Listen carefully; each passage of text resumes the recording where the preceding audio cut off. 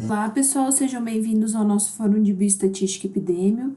Hoje nós vamos finalizar as medidas de dispersão que nós começamos abordando na sexta-feira, que a gente vai estar trabalhando hoje o coeficiente de variação, o desvio padrão e o erro padrão, né? Só retomando para quem ainda teve alguma dúvida, né, sobre as medidas de dispersão, ou seja, o quanto aqueles valores vão estar se afastando da média. A gente viu em primeiro a amplitude, né? A amplitude total quer dizer o quê? Né? Qual é a diferença, ou seja, a subtração do valor máximo do meu conjunto de dados menos o meu valor mínimo do conjunto de dados, ok? A gente viu o desvio médio, ou seja, o quanto o nosso valor do conjunto de dados vai estar distante da nossa média, então a gente aprendeu a calcular a média primeiro, vai ver de cada elemento, né, o número menos o valor da média de cada elemento. Esse é o nosso desvio médio, ok? Lembrando que o somatório dos desvios médios tende a ser sempre zero, ok? E por último, a gente viu a variância, que pode ser representada por var S maiúsculo ao quadrado ou esse sigma ao quadrado aqui. O que seria essa variância? Vai simbolizar o quão longe os valores estão da média. E para a gente fazer o cálculo da variância, a gente tem que ter o quadrado dos desvios médios. Então, a gente vai calcular todos esses desvios médios, elevar ao quadrado, fazer a somatória, né? Fazer a somatória de todos e calcular, então, o valor da variância, ok? Daí, aqui, a professora colocou pelo tamanho da amostra, seria a soma dos quadrados dividido pelo n menos 1, ok? Esse foi o conteúdo, então, da aula anterior. Hoje, a gente vai estar abordando um pouquinho o desvio padrão, né?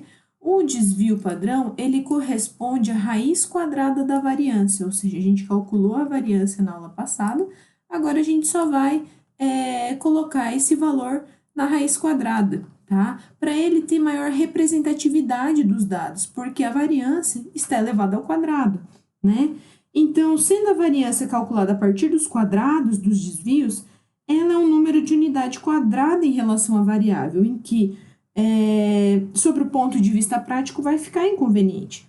Então, pensando nessa medida que ela tem uma maior utilidade prática, definiu-se como o desvio padrão sendo essa raiz quadrada da variância, tá? Na prática, né, vocês vão ver que olhando em artigos, olhando em estudos, ela é muito mais utilizada do que a variância, porque ela indica o quanto o conjunto de dados é uniforme, ou seja, quanto mais próximo de zero for o meu desvio padrão, mais homogêneo, mais parecidos vão ser os meus conjuntos de dados, ok? Então, como que a gente vai fazer? Lembra lá, a variância a gente tem que calcular os desvios médios, elevar esses desvios médios ao quadrado, e calcular aqui a variância. Lembra do estudo de caso da aula anterior, que a variância dava 10? A gente vai pegar e colocar a raiz quadrada de 10. Então, o desvio padrão daquele conjunto de dados, né, desses 5 conjuntos de dados aqui, é 3,16, né? O quanto eles estão distantes aí da média. O desvio padrão, como a Pro já falou, então, é uma medida de variabilidade, ele é muito utilizado, né? E quando a gente está calculando, a gente usa para ter essa estimativa da variabilidade do tamanho da amostra, que a Pro acabou de falar. Quanto mais próximo de zero, mais homogêneo é o meu conjunto de dados. Agora, a gente vai ver o coeficiente de variação, né? Que a gente fala que indica o tamanho do desvio padrão, que a gente acabou de ver, em relação à média, né? Então, ele vai representar essa dispersão, né? Ou essa variabilidade dos meus dados em relação à média. Então, pensem que o coeficiente de variação, aqui a fórmula, representado por S dividido pela média, ou desvio padrão dividido pela média, também pode ser simbolizado por esses dois símbolos aqui, tá? Quanto mais próximo esse coeficiente de variação for de zero, né, ou seja, aqui, ó, coeficiente menor que 5, quer dizer o quê? Que mais homogêneos são esses meus dados, né? Eu tenho uma menor variabilidade, então os dados são mais próximos, né?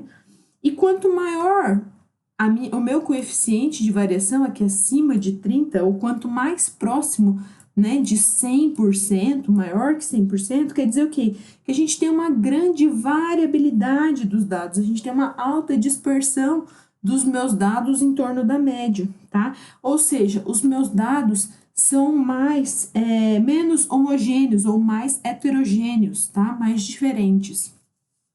Então, essa é a fórmula. A gente vai pegar o desvio padrão que a gente acabou de calcular, dividido pela média e multiplicado por 100.